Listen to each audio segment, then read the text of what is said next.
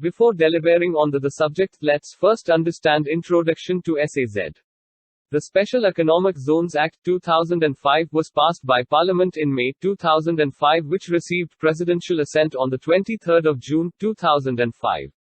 After extensive consultations, the SEZ Act 2005, supported by SEZ rules, came into effect on 10 February 2006, providing for drastic simplification of procedures and for single-window clearance on matters relating to central as well as state governments.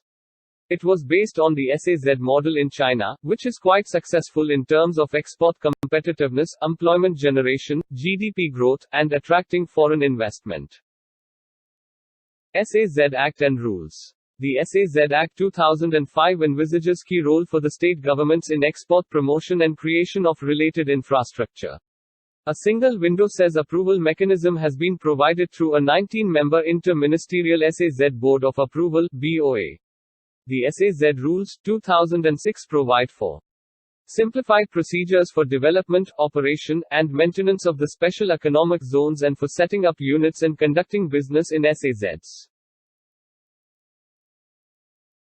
Objectives of the SEZ Act. The main objectives of the SEZ Act are generation of additional economic activity, promotion of exports of goods and services, promotion of investment from domestic and foreign sources, creation of employment opportunities, development of infrastructure facilities. It is expected that this will trigger a large flow of foreign and domestic investment in SEZs, in infrastructure and productive capacity, leading to generation of additional economic activity and creation of employment opportunities. Incentives in special economic zones. The salient features of the SEZ scheme are a designated duty-free enclave to be treated as a territory outside the customs territory of India for the purpose of authorized operations in the SEZ. No license required for import, manufacturing or service activities allowed. The SEZ unit shall achieve positive net foreign exchange to be calculated cumulatively for a period of 5 years from the commencement of production. Domestic sales subject to full customs duty and import policy in force. SEZ units will have freedom for subcontracting. No routine examination by customs authorities of export-import cargo. SEZ developers, co-developers and units enjoy direct tax and indirect tax benefits as prescribed in the SEZ Act 2005. Incentives for SEZs to enhance exports and promote FDI.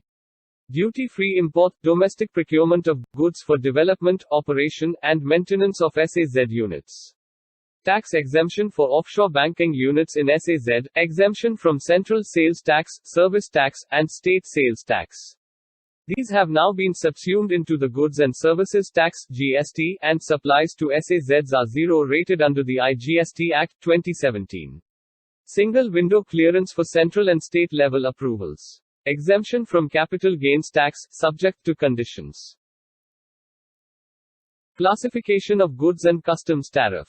Classification of imported, export goods is governed by the Customs Tariff Act, 1975, an act to consolidate and amend the law relating to customs duties. It contains 2 schedules. The first schedule contains description of goods chargeable to import duty. The second schedule contains description of goods chargeable to export duty. It also specifies the customs duty rates, tariff. It is called the Indian Customs Tariff or Tariff Schedule. These are aligned with HSN.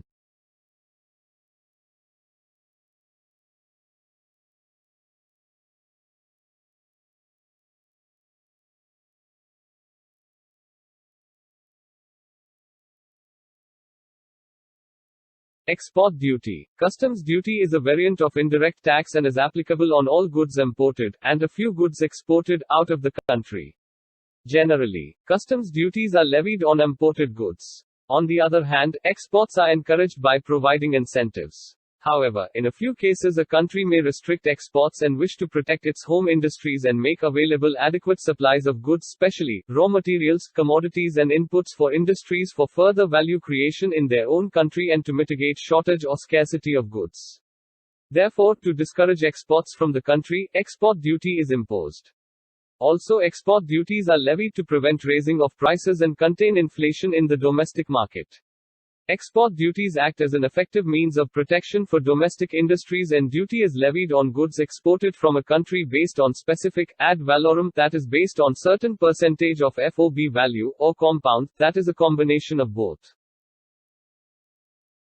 Export duty provision in Indian Tariff Act 1975. Section 8 of Indian Tariff Act 1975 provides emergency power of central government to increase or levy export duties, and it reads: 1. Where in respect of any article, whether included in the second schedule or not, the central government is satisfied that the export duty leviable thereon should be increased, or that an export duty should be levied, and that circumstances exist which render it necessary to take immediate action, the central government may, by notification in the Official Gazette, direct an amendment of the second schedule to be made so as to provide for an increase in the export duty leviable, or, as the case may be, for the levy of an export duty on that article.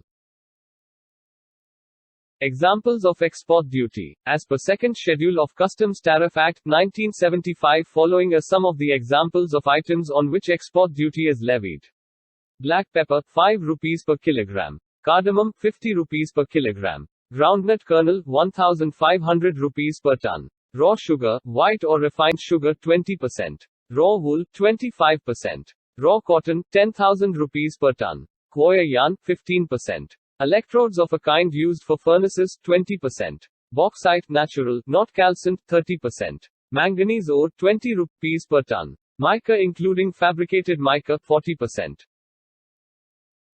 Export duty on iron and steel intermediates. Recently Government, Vide Notification 28/2022 CUS, dated 21 May 2022, notified export duty on 11 iron and steel intermediates to increase local availability of these goods and to contain raising domestic prices which may affect adversely the downstream industries, real estate industry and other direct consumers.